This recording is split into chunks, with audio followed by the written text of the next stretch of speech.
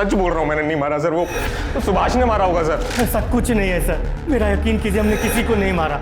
जरूर पंकज ने मारा होगा। हम सच कह रहे हैं सर, आपने किसी को नहीं मारा सर। ये महेश है, इसने मेरे साथ धोखा किया है। पूरी बात बताइए। 5 साल पहले मैं महेश को एक नोएडा की कंपनी में मिली थी, जहां हम साथ में जॉब करते थे। उसके बाद हमारे बीच में प्यार हुआ और हमने शादी कर ली। लेकिन 3 महीना पहले ही मुझे पता चला कि वो ऑलरेडी शादीशुदा है और उसकी 2 बेटियां भी हैं। उसने मुझसे वादा किया था कि वो अपनी पहली बीवी कुसुम उसको तलाक दे देगा, लेकिन आज तक उसने उसे तलाक नहीं दिया है, ना ही कभी मुझसे इस बारे में बात करता है। फिर मैंने डिसाइड किया कि मैं मेरठ आके उसकी फैमिली से मिलूंगी और इसीलिए मैं यहाँ आई। लेकिन उसकी फैमिली ने उल्टा मुझे ही बेइज्जत किया और धक्के मार के घर से बाहर निकाला है मुझे। ये महेश कहाँ रहता है? आनंद नगर।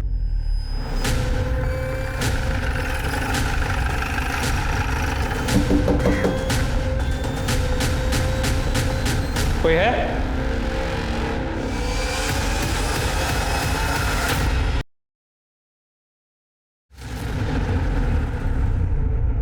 माँ जी। वाह दीदी, आप बहुत सुंदर दिख रही हो। सच्ची बहुत सुंदर लग रही हो। सच में? किसी की नजर ना लगे तुम्हें। चीज।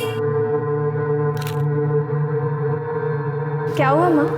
कुछ नहीं, सोच रहे अगले महीने इस घर से विदा होकर चली जाओगी। फिर हमें भी नहीं पता हम आपके और मेघा के बिना कैसे रह पाएंगे। क्या रो रहे हो? हमें तो इस दिन का इंतजार था कि आपके सारे कपड़े हमारे हो जाएंगे। देखो माँ, हमारे कपड़े इतनी बड़ी बड़ी हो गई हो। ऐसे कौन फोटो लेता है? हम कितने बेकार दिखेंगे। इसी का तो मजा है दीदी। अरे ये देखो माँ प्रीति, तुम तो ओहो, चीजू का फोन। अब हम उन्हें बता देंगे कि आप हमें परेशान करिए। फोन दे दो उसे। हेलो, अरे हेलो जीजू, हेलो। मैं माँ हम आते हैं। हेलो, देखो ना माँ, क्या कर रही हो मेघा? वो भी तो परेशान करती है ना। चली जाएगी तो रोगी उसके बिना, समझी? हाँ। अरे कहाँ जा रही हो तुम? सुधा आंटी के घर पढ़ने। कहीं नहीं जाना है तुमको, चुपचाप बैठकर पढ़ो यहीं। हम जा रहे हैं। मेघा, अरे एक फोटो भेजो ना। अरे तुम्हें देखने का मन कर रहा है मेरा। ठीक है, भेज दी। बताओ कैसी लग रही हूँ? ऐसे थोड़ी बताऊंगा, मिल के बताऊंगा। अरे अभी भेजिए ना, बताओ ना प्लीज। अरे बोला ना, मिल के बताऊंगा। संदीप, घर पे बहुत सारे काम बाकी है। शॉपिंग बाकी है, पार्लर की बुकिंग बाकी है। मेरा तुमसे बहुत मिलने का मन कर रहा है। तुम कुछ भी बहाना वाना बना के आ जाओ ना। ठीक है, पर आज नहीं, कल। ठीक है। वाह भैया, ये तो बहुत बढ़िया खबर है। भैया हमको भी साथ ले चलिएगा ना। हाँ हाँ, चलना चलना, जरूर चलना। अरे मेघा बेटिया, बहुत अच्छे समय पर आई हो। तुमको पता है दंगल के आयोजन में चीफ गेस्ट बन के जा रहे हैं हम। ये तो बहुत खुशी की बात है अंकल, मुबारक हो। अरे आ गई तुम? हम तो सोच ही रहे थे, पता नहीं क्या हो गया मेरी बेटी को, अभी तक आई नहीं। आजा बैठ।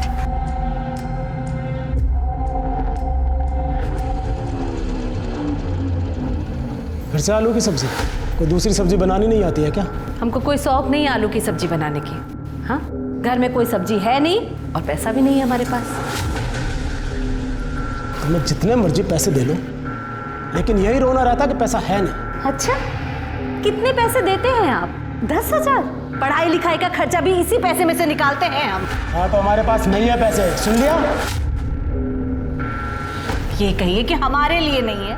वो नोएडा में जो रख रखी है ना सुमन, उसके लिए तो खूब पैसा है आपके पास।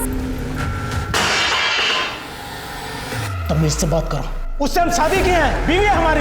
एक बीवी के होते हुए दूसरी बीवी नाजायज होती है। इतने तो पढ़े लिखे हैं आप। छोड़िए, आप सिर्फ माँ को यहाँ पे मारने और उन्हें जलील करने के लिए आते हैं क्या? एक तो आपको बाबा कहते हो ना, शर्म आती मुझे। आप प्लीज यहाँ से चले जाइए। बहुत जुबान चल रही है तेरी। तू भी अपनी माँ के नक्शे कदम पर चल रही है क्या? अरे हमें कोई शौक नहीं है आने का। अपनी माँ से बोल के तलाक के कागजों पर दस्तखत कर दे, चले जाएंगे यहाँ से। अपने जीते जी हम तलाक नहीं देंगे। सुन लीजिए, आपको जो करना है कर लीजिए। तुम हाँ बेटी एक जैसे हो गए।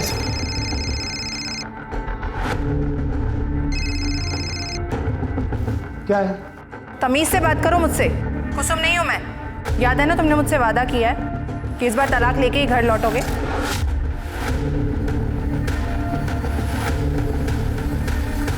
अब मेरी 4 1 2 3 नहीं। मेघा चलो, खाना तैयार है। मेघा ने खाना खा लिया, और वैसे भी जो खाना तुम उसे देती हो वो उसके हेल्थ के लिए बिल्कुल अच्छी नहीं है। हैं? क्या बोली तुम? हाँ, अब तुम हमको सिखाओगी कि बच्चा कैसे पाला जाता है? हाँ? अरे तुम्हें तो यहाँ तक भी नहीं पता कि बढ़ती बच्चे को कैसे पालना चाहिए, कैसा खाना खिलाना चाहिए। कितनी दुबली हो गई हमारी बेटी। हमारी बेटी क्या होता है? आराम से। मेघा हमारी बेटी है और हमारी ही रहेगी। और हाँ, अपनी हैसियत के हिसाब से इसकी परवरिश जैसी भी कर रहे हैं अच्छी कर रहे हैं। आप लोगों को टेंशन लेने की कोई जरूरत नहीं है। देखा है हमने प्रीति को, इसलिए कह रहे हैं मेघा को हमें गोद लेने दो। तुम उसकी अच्छी परवरिश नहीं कर सकते हो। 15 साल से हम तुमको बोल रहे हैं। दोबारा इस घर में कदम रखा ना तो टांगे तोड़ देंगे तुम्हारी। पता है तुमको? हाँ?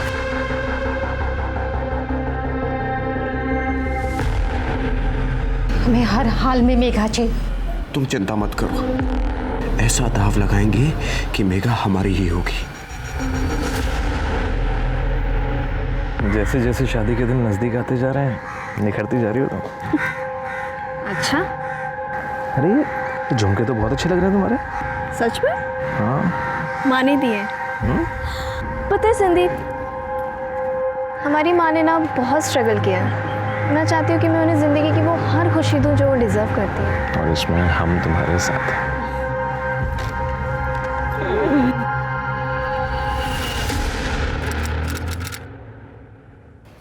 तलाक पेपर पे साइन कर दो, इसी में सबकी भलाई है। तलाक? हाँ, हम तो तुमसे तलाक के लिए भी नहीं कह सकते क्योंकि तुम्हारी शादी तो पहले से ही नाजायज है। चुप रहिए आप। ठीक है, सीधे सीधे बात करते हैं, कितने पैसे लोगी साइन करने के? क्यों मैडम, ये फिल्म नहीं है, असल जिंदगी है। एक बात कान खोलकर सुन लो, अपने जीते जी हम इन्हें नहीं छोड़ेंगे। जो करना है कर लो। ये क्या कर रही हो तुम? ये लो एक बात और, अब तुम देख लो कि तुमको पूरी जिंदगी इनके साथ ऐसे ही रहना है। हाँ? पर तुम हाथ कैसे उठाई? कुसुम छोड़। अरे हिम्मत कैसे हुई? हाँ? ये सब ना आपकी वजह से हो रहा है। इस सब के जिम्मेदार आप हैं। तू अपनी जुबान बंद रख। हटाओ, क्या कर रही हो? छोड़ो मुझे। तुम्हारा तो मैं वो हश्र करूंगी ना कि तुम्हारी रूह तक कांपेगी। अरे जाओ यहाँ से।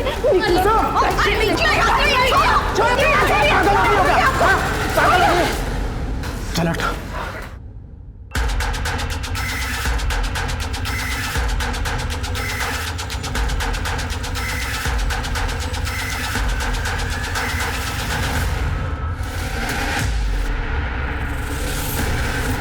चेक करो जिंदा है क्या? सर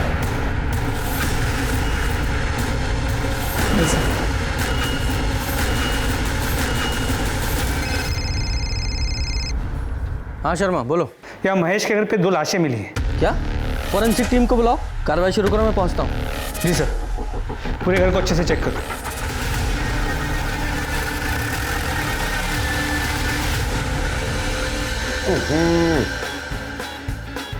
काली मिर्च के अंडे का ये मतलब थोड़ा ही है सूगा की सारी काली मिर्च एक बार में झोंक दी जाए। अरे भाई, मिर्च सिर्फ इतनी ही होनी चाहिए कि आदमी जो है 2 से 3 दर्जन अंडे एक बार में दबा के खाए और नहीं तकलीफ भी ना हो, समझे? जी भैया। सर बंद कीजिए प्लीज। क्या हो गया सर जी? आपके पड़ोसी महेश प्रजापति, उनके घर में 2 औरतों की लाश मिली है। क्या? देखा?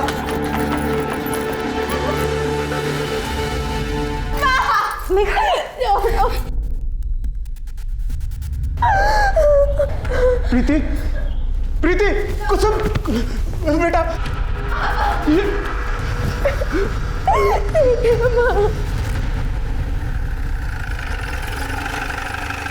सब इस तरफ। सर जब हम आए तो दरवाज़ा ऑलरेडी खुला था, फोर्स्ड एंट्री का कोई निशान नहीं। पड़ोसियों ने बताया कि यहाँ अक्सर लोग दिन में दरवाज़ा खुला रखते हैं। What is? सर यहाँ सर ये महेश प्रजापति, इनकी बीवी कुसुम प्रजापति, वो बड़ी बेटी प्रीति प्रजापति। पर सर ये उनके पड़ोसी हैं।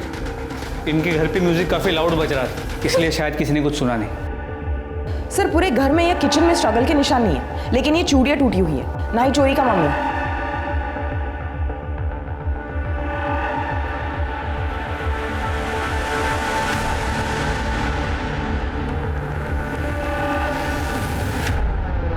घाव से तो ऐसा नहीं लग रहा कि चाकू से मारा गया है, ऐसा लग रहा है किसी नुकीली चीज से गोदा गया है। मर्डर वेपन मिला? नहीं सर। शर्मा बॉडीज को पोस्टमार्टम के लिए भेजो, फॉरेंसिक को बोलो कि पूरे घर से फिंगरप्रिंट्स उठाएं। जी सर।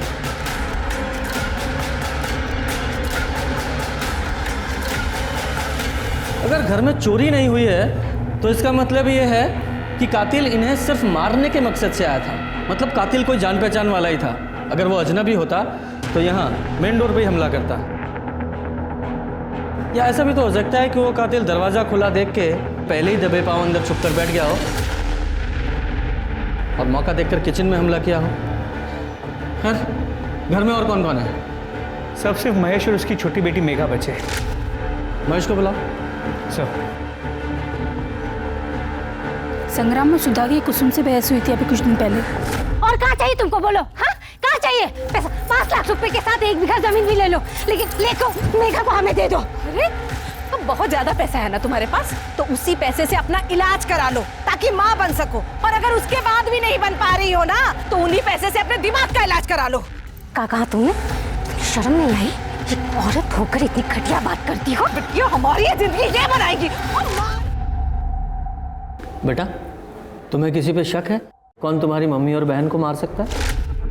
नहीं पता सर। अच्छा तुम कब से इनके घर पर थी? सुबह से। वो आज हमारी शादी की सालगिरह है ना, और मेघा को हम अपनी बेटी की तरह मानते हैं, इसलिए वो हमारे साथ हमारे घर पर ही थी। आज आप दोनों ने आसपास कुछ ऐसा अनयूजुअल देखा या सुना? जरा याद करके बताइएगा, क्योंकि एक छोटी सी इन्फॉर्मेशन हमारे लिए बहुत काम की हो सकती है। नहीं सर। और आप भी घर पे ही थे? नहीं सर, हम तो अखाड़े में थे जी। आपके आने से तकरीबन आधा घंटा पहले तो आए थे हम। सर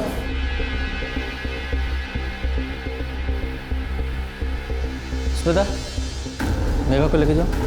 चलो बेटा। तो मेघा को लेकर आप दोनों की कुसुम से लड़ाई हुई थी? नहीं सर, वो पड़ोसियों में थोड़ी बहुत नोक-झोंक सर तो। कुसुम अब नहीं रही, उसके बारे में कुछ कहना नहीं चाहते हैं। और वैसे भी इस घर की हालत देख रहे हैं आप, मेघा की परवरिश तक ठीक से नहीं हो पा रही थी। मेघा को हम गोद लेना चाहते थे, उसे एक अच्छी ज़िंदगी देना चाहते थे, इसमें गलत क्या है? और रही बात लड़ाई की, लड़ाई होने का मतलब ये नहीं कि हमने उसे मारा है, यही सच है। ये आपके ऊपर है, अगर आपको मानना है तो मानो, नहीं तो शक करना तो आप लोगों की आदत है। सर ये सुधा कुछ ज्यादा ही नहीं बोल रही है क्या? हाँ कई लोगों की होती है फितरत इस टाइप की। लेकिन सर ऐसे सर इन्होंने सुमन के घर किसी को आते हुए देखा था। किसको आते देखा? सर महेश के भाई सुरेश को देखा था मैंने उसके घर पे जाते हुए। और वो वापस कब गया? सर पता नहीं, मैंने दोपहर में दुकान बंद की, फिर वो कब निकला मुझे पता नहीं। वो रहता कहाँ? ये पास वाले मोहल्ले में। क्या खून हो गया? क्यों? तू गया था ना सुबह कुसुम के घर, तुझे नहीं पता? हाँ हम गए थे वहाँ, लेकिन सर हमने कुछ नहीं किया है। जब हम वहाँ से निकले थे तो वो लोग बिल्कुल ठीक थे, एकदम सही सलामत। क्या तुम फिर से उससे मिलने गए थे? तुमने कसम खाई थी ना कि तुम उस कुसुम से मिलने नहीं जाओगे।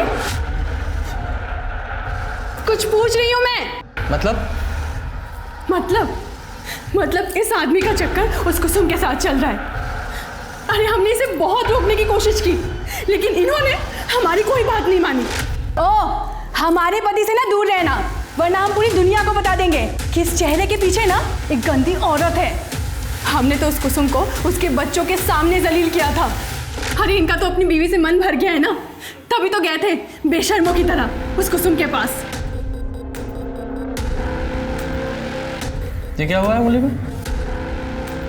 नहीं कुछ नहीं सर। दिखाओ दिखाओ। ये चोट कैसे लगी? कांच लग गया था सर। कांच की चूड़ी है ना?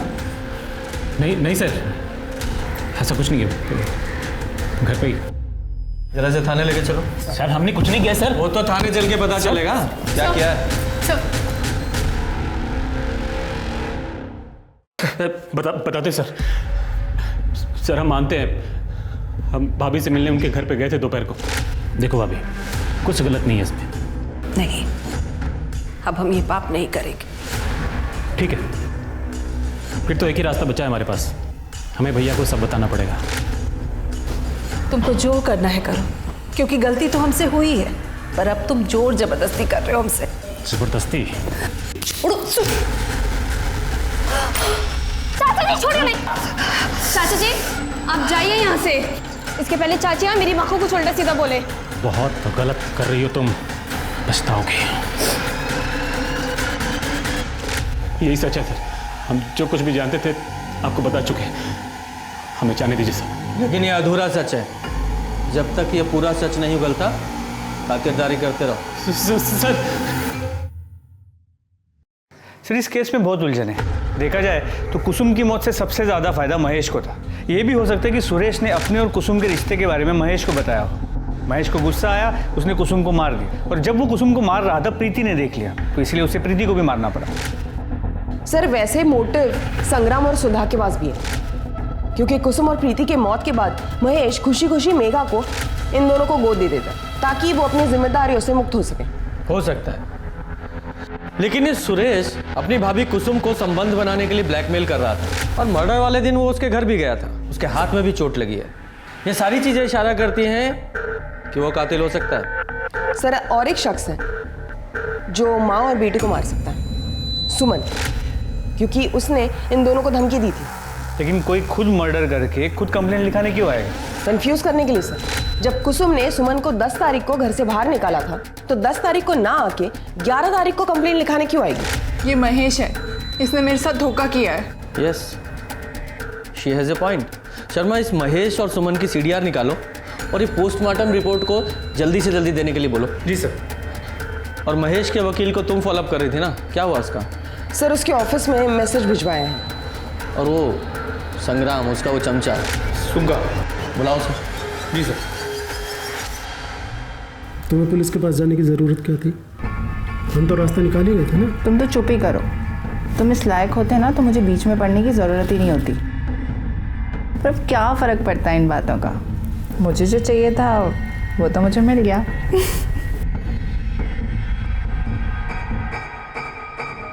हाँ तो सुग्गा। जी साहब। अपने मालिक संग्राम के साथ सुना है बहुत उड़ रहा है तू? नहीं साहब। देख, सच बोलेगा तो बचा रहेगा, अगर झूठ बोला पर काट देंगे तेरे। ठीक है साहब। तो ये बता, एक कुसुम और प्रीति के मर्डर में संग्राम सिंह का कितना हाथ है? साहब हमें नहीं पता साहब, लेकिन संग्राम दादा किसी का मर्डर नहीं कर सकते साहब। और सुधा? साहब वो जुबान की तेज़ हैं, लेकिन वो भी किसी को नहीं मार सकती साहब। वो तो हम पता लगा ही लेंगे किसने मारा है, लेकिन मुझे पता चला कि तूने झूठ बोला है, तेरा वो हाल करूंगा कि तू सोच नहीं सकता। सर कुसुम और प्रीति की पोस्टमार्टम रिपोर्ट। दोनों को दोपहर 3:30 से 4:30 के बीच मारा गया है। लोहे की किसी नुकीली चीज से वार किया गया। प्रीति को 5 बार और कुसुम को 6 बार स्टैप किया गया है, और कोई एक्टिविटी नहीं हुई है। इसका मतलब कातिल सिर्फ और सिर्फ मारने के मकसद से आया था, और जिस तरह से मारा गया काफी गुस्से में था। लेकिन वो किसे मारने आया था, कुसुम को या प्रीति को? तो मर्डर वेपन कौन सा है? सर सीडी और लोकेशन रिपोर्ट के हिसाब से और एडवोकेट शुक्ला ने कंफर्म किया कि महेश उनसे मिलने 3 से 4 बजे के बीच गया था। सुमन और महेश के कॉल रिकॉर्ड्स, जिसमें महेश के कॉल रिकॉर्ड्स में कुछ भी सस्पिशियस नहीं मिला, लेकिन सुमन के कॉल रिकॉर्ड्स में बिहार के 2 हिस्ट्री शीटर के नंबर मिले। एक है भोलू और दूसरा है साजिद।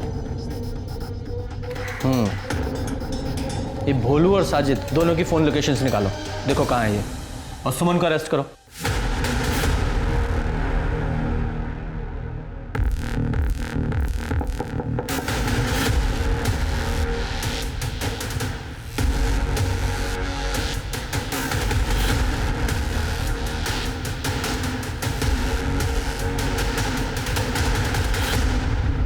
तुम्हारे सीडीआर और भोलू और साजिद के फ़ोन लोकेशन से पता चला है कि वो दोनों कॉन्ट्रैक्ट किलर भी सेम डे यहाँ मेरठ में ही थे।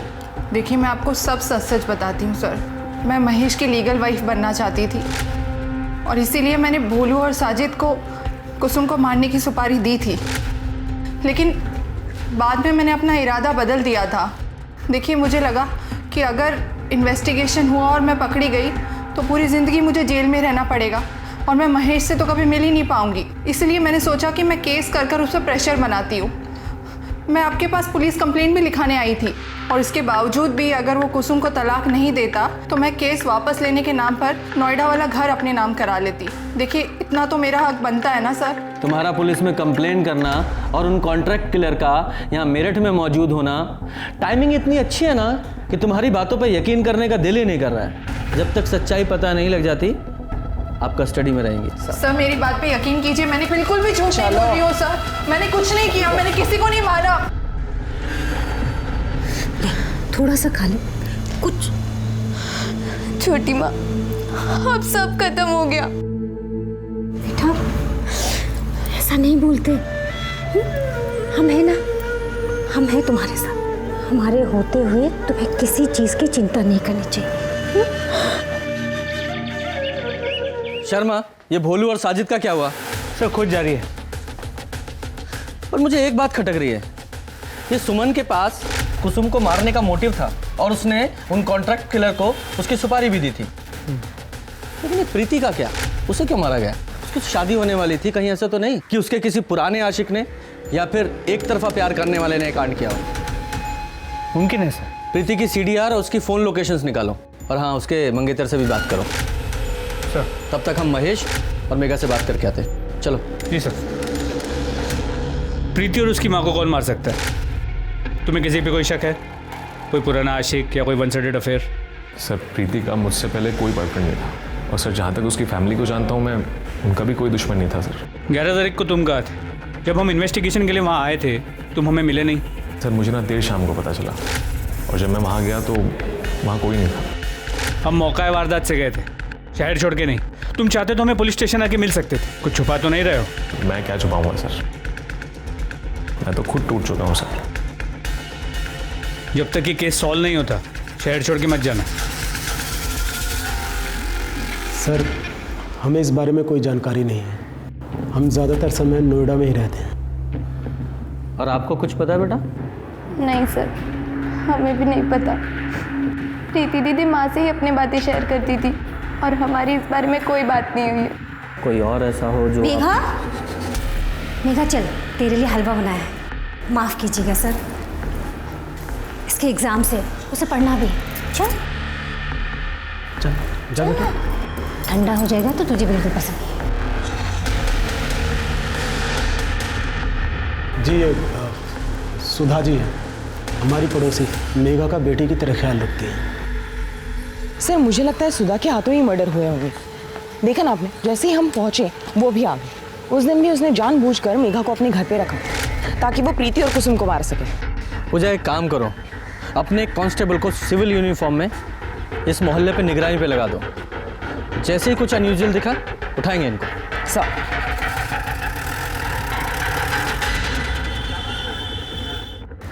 सर, प्रीति की सीडीआर और लोकेशन रिकॉर्ड्स से इससे कुछ ज़्यादा इन्फॉर्मेशन हाथ नहीं लगी। ज़्यादातर कॉल सिर्फ एक नंबर पे हुए हैं, उसके बॉयफ्रेंड संदीप के नंबर पे। और जैसे संदीप ने बताया था, उसके किसी एक्स बॉयफ्रेंड या वन साइडेड लवर का कोई कनेक्शन सामने नहीं आया। इस भोलू और साजिद को जल्द से जल्द पकड़ना होगा। आपको जान से मारने की क्या जरूरत थी? अभी का तो फिर भी समझ में आता है, बेचारी प्रीति ने क्या बिगाड़ा था आपका? तेरा दिमाग खराब हो गया है क्या? मैं उन्हें क्यों मारूंगा भला? तू तो बहुत शरीफ है ना, जो अपने भाई की गैर मौजूदगी में अपनी भाभी के साथ गुलछर्रे उड़ाता था और जब दिल भर गया तो उसका खून कर दिया। लेकिन मेरी बच्ची ने क्या बिगाड़ा था तेरा? उसे क्यों मारा तूने? मैंने किसी को नहीं मारा है सर, देखिए क्या मिला है। ये तो प्रीति है। जी सर, लड़कों के चेहरे क्लियर नहीं है मगर प्रीति का चेहरा क्लियर है। जो कुछ भी उसके साथ हो रहा है उसके मर्जी के खिलाफ हो रहा है। और सर ये देखिए, एंगेजमेंट रिंग, मतलब ये वीडियो हाल फिलहाल में बनाया गया है। Right sir. वीडियो की वॉइस बहुत डिस्टर्बिंग है, इसे एनहेंस कराओ। और तुम जरा पता करो कि ये वीडियो कहाँ से अपलोड हुआ है, आईपी एड्रेस निकालो। जी सर।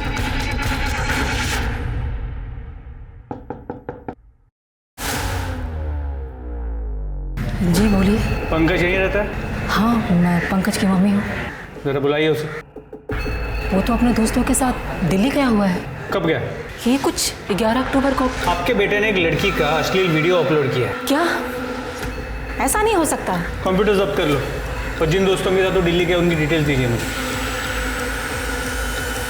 सर, पंकज के कंप्यूटर में कोई और अश्लील वीडियो नहीं मिला और उसका फ़ोन अभी भी स्विच ऑफ है। यानी कि उसे पता था कि हम उस तक पहुंचने की कोशिश जरूर करेंगे, इसीलिए सब कुछ डिलीट किया और गायब हो गया। तोड़ो उसे। सर, हमने उस अश्लील क्लिप के ऑडियो को एनहांस किया, ये सुनिए। यार ये संदीप बार बार कॉल क्यों कर रहा है? संदीप, सच बोल रहा हूँ, मैंने नहीं मारा सर। वो सुभाष ने मारा होगा सर। कौन सुभाष? सुभाष पांडे सर, सुभाष पांडे दोस्त है सर मेरा। अभी कुछ दिन पहले सर 1 लाख रुपए उधार लिए थे उससे और टाइम पे वापस नहीं दे पाया सर मैं। तो फिर सर वो सुभाष ने ना एक प्लान बनाया सर, और जब मैं प्रीति के साथ सर पार्क में बैठा था ना सर, तो वो वहाँ आया सर। फिर आज फिल्म देखने चलो। चलते हैं ना, काफी दिन हो गए। चलो आज से लीला करने के लिए यहाँ तेरे पास पैसे हैं और हमारा पैसा चुकाने के लिए तेरे पास पैसे नहीं है। भाई हम तुम्हारा पैसा लौटा देंगे, बता रहे हैं हम। कुछ दिन का मोहलत दे। सुनिए, आप ही हमारे चुपके रख लीजिए। ये बाकी के जो भी पैसे हम बाद में दे देंगे हम आपके। प्लीज उन्हें माफ कर दीजिए, प्लीज। तुझसे तो मुझे कुछ और ही चाहिए। नहीं सर, मुझे लगा इसके बाद ये चैप्टर यहीं खत्म हो जाएगा, पर ये सुभाष का एक दिन वापस से फोन आया मेरे पास। उसने मुझे बताया कि सर सुभाष का और प्रीति का इसके किसी दोस्त पंकज ने एक वीडियो बना लिया और अब ये पंकज प्रीति का फायदा उठाना चाहता है, नहीं तो वो वीडियो वायरल कर देगा वो। सर मैंने उसे मना किया कि भाई मत कर ये सब, लेकिन उसने उसके बाद सर फिर मुझे पैसों का लालच दिया सर। तो फिर मैंने प्रीति से बात की सर। अरे हमसे नहीं हो पाएगा, ऐसा लग रहा है कि हम अपनी जान दे दें। हम समझते हैं तुम्हारी हालत, पर तुम सोचो ना, अगर वीडियो रिलीज हो गया तो अपनी माँ और बहन के बारे में सोचा तुमने? वो तो जीते जी मर जाएंगे ना। प्रीति देखो, मैं हूं ना तुम्हारे साथ। शर्म नहीं आई तुझे अपनी ही मंगेतर के साथ इतना घिनौना काम करते हुए? Sorry sir.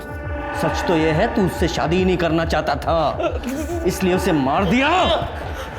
प्रीति को मारते हुए तुझे उसकी माँ कुसुम ने देख लिया तो तूने उसे भी मार दिया। सर मैंने नहीं मारा सर किसी को, मैं कितनी बार बताऊं सर, जो सस्ता बोल दिया आपको सर। कुछ नहीं किया सर।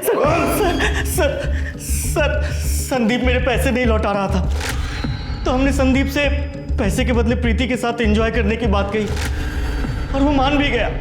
लेकिन तभी पंकज ने वीडियो बना लिया और उसके बाद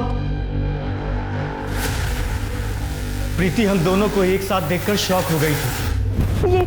ये सब तुम्हारा प्लान था ना? देखो ऐसा है, संदीप को पता चलेगा तो तुम्हें छोड़ेगा नहीं। ये सब उसी का किया हुआ प्लान था। पहली बार बेहोश नहीं हुआ था, बेहोशी का नाटक कर रहा था। नहीं तुम झूठ बोल रहे हो। ये सुनो, देख मैं ना बेहोशी का नाटक करूंगा और तू अपना काम कर लियो, इसके बाद तेरा मेरा 1 लाख का हिसाब बराबर। तो तूने उसे इसलिए मार दिया कि अब वो तेरे हिसाब से नहीं चल रही थी, या फिर इसलिए कि वो हमारे पास आने का सोच रही थी? ऐसा कुछ नहीं है सर, मेरा यकीन कीजिए, हमने किसी को नहीं मारा। जरूर पंकज ने मारा होगा, वो बहुत सनकी आदमी है सर। तोड़ते रहो इसे। ये संदीप और सुभाष दोनों को कस्टडी में रखो और दोनों की कॉल लोकेशंस और फोन लोकेशंस निकालो। कुसुम के घर में जो फिंगरप्रिंट्स मिले हैं वो इन दोनों के फिंगरप्रिंट से मैच करा के देखो। और ये पंकज, उसका कुछ पता चला? सर उसका लोकेशन ट्रेस हो गया। उसने कल अपना फ़ोन ऑन किया था, वो दिल्ली में नहीं मुंबई में। लोकल पुलिस को कांटेक्ट किया है, होपफुली जल्दी पकड़ लेंगे। वेरी गुड शर्मा, एक बार ये पंकज हाथ में आ गया ना तो सच्चाई तक पहुंच सकते हैं। सुमन ने कबूल किया है कि उसने तुम दोनों को कुसुम को मारने की सुपारी दी थी और तुम दोनों ने कुसुम और प्रीति दोनों को मार दिया। नहीं साहब, हमने मारा नहीं साहब, वो औरत झूठ बोल रही है साहब। फिलहाल तो हमें कुसुम को मारने की सुपारी मिली थी साहब, फिर मैडम ने ये भी कहा था कि कॉन्ट्रैक्ट कैंसिल कर दो, लेकिन हमने पहले ही बताया था हमारे धंधे में पैसे वापस नहीं होते, तो उन्होंने हमें पैसे दे दिए साहब। कहानी अच्छी है तुम्हारी, चलो देखते हैं कि थोड़ी और मार खाने के बाद तुम्हारी सच्चाई बदलती है वही रहती है। छोड़ो जरा।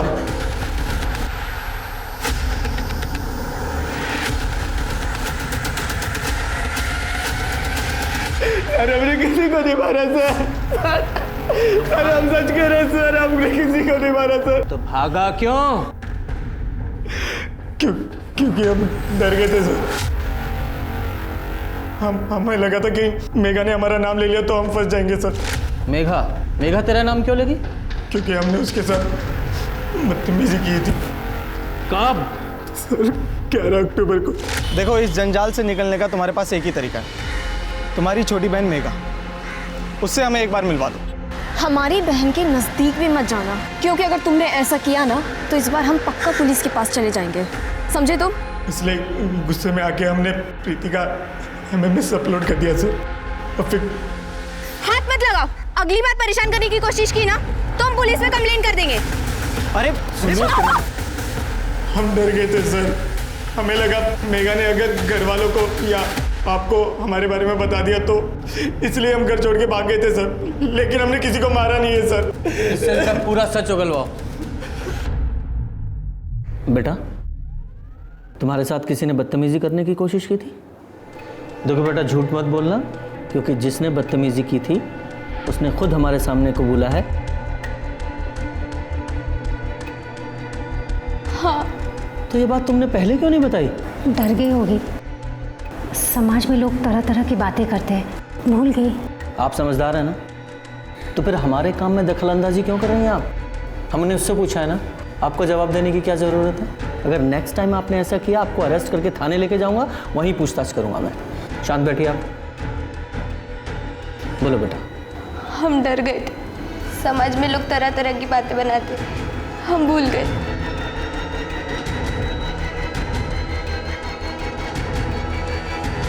तो मुझे लगता है कि मेघा बहुत कुछ जानती है, सुधा के डर से हमें बता नहीं रही। सर, इसके पहले भी हम मेघा से बात करने गए थे, लेकिन सुधा ने पढ़ाई का बहाना बना के मेघा को अंदर लेके गई थी। हेलो, ठीक है। तो सुभाष, संदीप, पंकज, भोलू, साजिद, किसी के भी फिंगरप्रिंट्स मैच नहीं होते। अगर इनमें से किसी ने नहीं मारा तो फिर और कौन हो सकता है? राम राम संग्राम। अरे राम राम चाचा जी, राम राम राम राम। भाई क्या बात है, आजकल अखाड़े नहीं जा रहे हो? चाचा जी क्या बताएं, ससुरा घुटने में थोड़ी चोट लगी हुई है, इसलिए 10-12 दिनों से अखाड़े जा नहीं पा रहे, लेकिन जल्दी जाना शुरू करेंगे अखाड़े। इन सब के पास कुसुम और प्रीति को मारने का मोटिव तो था, लेकिन हमारे पास इनके खिलाफ कोई पुख्ता सबूत नहीं है। हमें तो ये तक नहीं पता कि मर्डर वेपन क्या है और वो कहाँ है। डेड एंड पे खड़े हैं हम। हेलो, ठीक है सर, हमारे कांस्टेबल यादव का कॉल था। वो कह रहा है कि संग्राम की घुटने पे चोट लगी हुई है, इसलिए पिछले 10-12 दिनों से वो अखाड़ा नहीं गया। इसका मतलब है वो हमसे झूठ कह रहा था कि 11 अक्टूबर को वो अखाड़ा गया था। और आप भी घर पे ही थे? नहीं सर, हम तो अखाड़े में थे जी। मतलब ये फैमिली कुछ छुपा रही है। याद है ना, जब इस फैमिली से हमने पूछा था वो मेघा के खरीदने वाली बात, तो ये सुधा तो कॉन्फिडेंट थी, लेकिन ये संग्राम नहीं। लेकिन सिर्फ शक के बिना पर, बिना सबूत के हम कुछ नहीं कर सकते। पूछताछ करने के लिए हमें इसे अरेस्ट करना पड़ेगा। लेकिन सर, किस बिना पर? फेक चार्जेस लगाते हैं, लेकिन हम उसे 24 घंटे से ज़्यादा कस्टडी में नहीं रख सकते। शर्मा, आज फ्राइडे है ना? जी सर। आज इसे अरेस्ट करो। कल सैटरडे और संडे कोर्ट बंद रहेगा, मंडे से पहले जमानत नहीं मिलेगी। समझ गया।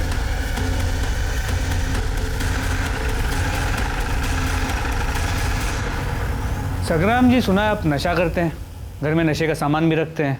नहीं सर, ऐसा कुछ भी नहीं है, ये सब गलत है। बड़े अंडे खाए जा रहे हैं। सुना है नशा करने वालों को भूख बहुत लगती है। अरे खुराक है हमारी सर। घर की तलाशी लो। अरे अरे रुकिए आप ऐसे कैसे जा सकते हैं? घर का कोना कोना चेक करिए जल्दी।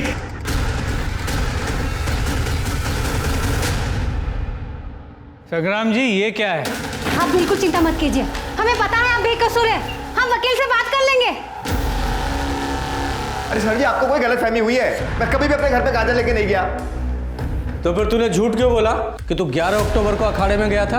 तेरे घुटने में दर्द था ना, घर पे ही था ना तू? अरे सर मैं गया था उस दिन अखाड़े में, हाँ पर मैंने वहां कोई काम वाम नहीं किया था। चल ठीक है, मान ली तेरी बात। अब तो हमें सिर्फ इतना बता कि कुसुम और प्रीति का खून किसने किया। तेरे जो गांजे वाले चार्ज है ना, ये हटा देंगे। ओ तो इसलिए लाया आप लोग हमें यहाँ। तो ऐसा सर जी, हम नहीं जानते किसने मारा उन दोनों को। तो ठीक है फिर, हो जा सजा के लिए तैयार। आप जानते नहीं सुधा को, हमें हर हाल में यहाँ से बाहर निकाल देगी, देखते रहिएगा आप। ऐसा है पहलवान, देख आज है शुक्रवार और शनिवार और इतवार रहती है कोर्ट बंद। सोमवार से पहले तेरी जमानत नहीं होने वाली। अब 3 दिन तू यहीं रहेगा। अब सोच ले, अपनी हड्डियां तुड़वाएगा या सच बताएगा?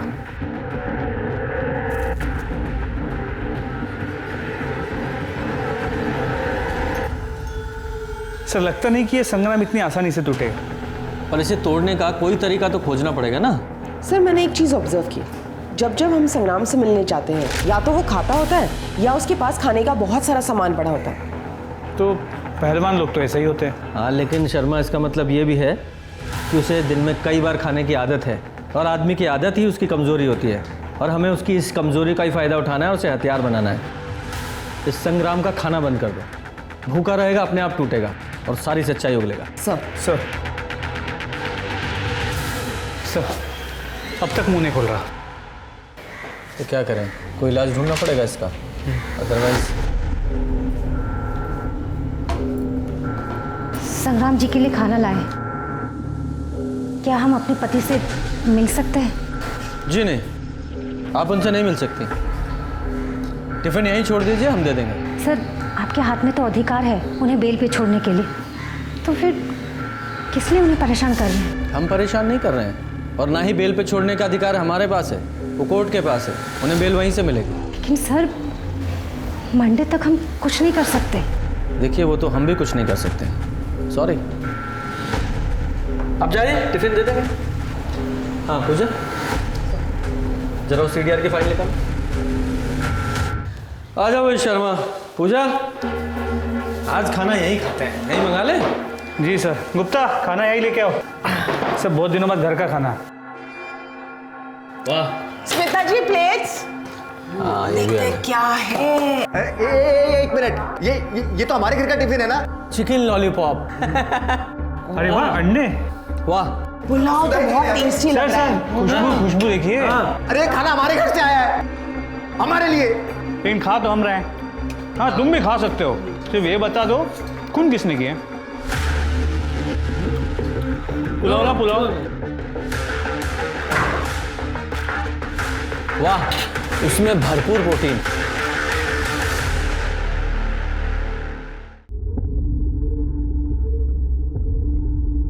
मैडम। अरे सुधा जी, आप टिफिन लेके आ गई? जी सर। अच्छा हुआ, कल का खाना बहुत अच्छा था। ऐसे संग्राम जी ने कहा। सर वो उनसे एक बार मिल पाते थे? नहीं, हम टिफिन दे देंगे, आप जाइए, आप नहीं मिल सकते। चलो। वाह वाह वाह, आज फिर चिकन। बाबा वैसे संग्राम जी, आपकी बीवी खाना बहुत अच्छा बनाती है। अरे भाई जल्दी, आज क्या है आज? Sir chicken biryani, chicken curry और ये दाल मखनी। एक काम करो शर्मा। हाँ। अरे पहलवान के घर से खाना आया है, 2 दिन हो गए, कुछ खाया नहीं है, थोड़ा सा भाई को भी दो। ये लो पहलवान, खा लो, घर का खाना है। बस इतना सा? अरे नहीं खाना मैं। सर लगता नहीं कि संग्राम कुछ बताने वाला है, या फिर ये भी मुमकिन है उसे सच में कुछ पता ना हो। सिर्फ आज रात का डिनर बचा है, कल सुबह नाश्ते के साथ सुधा बेल के पेपर्स भी ले आएगी। शर्मा एक आखिरी दाव चल के देखें? चलो। अरे शर्मा, अरे भाई जल्दी खाना लाओ, भूख लगी है। लाया सर। शर्मा जल्दी खोलो, भूख लगी है। सर आज फिर से चिकन। आहा बिरयानी, वाह। खुशबू तो बहुत अच्छी आ रही है। हाँ पहलवान, ये लीजिए। खाओगे? बहुत अच्छा है। सर जी, हम आपको सब कुछ सच से बता देंगे, लेकिन पहले हमें पूरा टिफिन दीजिए खाने के लिए। पहले स्टेटमेंट फिर खाना। खत्म करो। अच्छा ठीक है ठीक है ठीक है, हम आपको सब कुछ सच बताते हैं। देखिए हमें सच में नहीं पता कि कुसुम जी और प्रीति को किसने मारा, पर हाँ सुधा ने हमें सुवा दिया था छुपाने के लिए।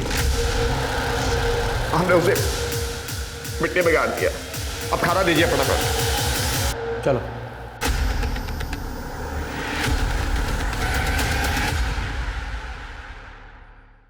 अब बचने का कोई चांस नहीं है। हमें मर्डर वेपन मिल चुका है। अब बहुत जल्द ही फॉरेंसिक को उस पर से फिंगरप्रिंट्स भी मिल जाएंगे। सर हमने कुछ नहीं किया। हमने मारा है उन दोनों को। हमारी माँ बिल्कुल अच्छी नहीं थी। उनका सुरेश चाचा के साथ नाजायज संबंध था। जब बाबा घर पे नहीं होते थे तो सुरेश चाचा, बाबा ने हमें बताया था कि वो इसीलिए माँ से तलाक लेना चाहते हैं, और हमें सुधा आंटी के घर बहुत अच्छा लगता था, इसलिए हम वहीं रहते थे। फिर अचानक पंकज ने हमारा पीछा करना शुरू किया। हमने उसे नजरअंदाज किया, और एक दिन पंकज ने हमें प्रीति दीदी का एक वीडियो दिखाया। पंकज ने कहा कि दीदी ने वो काम पे पैसे लिए थे। हमारा खून खौल गया। और अरे क्या हुआ, कुछ चाहिए तुम्हें? हमने तुम्हारा वीडियो देखा। किसने भेजा तुम्हें? उससे क्या फर्क पड़ता है, उस वीडियो में आप ही हो ना। देख मेघा, जैसा तुम समझ रही हो ना वैसा कुछ भी नहीं है। तुम्हें नहीं पता कि हमारे साथ क्या क्या हुआ है। दीदी आप उस वीडियो में अपनी मर्जी से थी, और तो आपने उस वीडियो के पैसे लिए। शी दीदी, हमें ना आप पे शर्म आती है। आप भी हमारी माँ की तरह बन गई है। और इतनी हिम्मत कैसे हुई माँ के बारे में ऐसा बोलने की? आइंदा माँ के बारे में ऐसा मत बोलना, नहीं तो हम तुम्हारा मुंह तोड़ देंगे। प्रीति,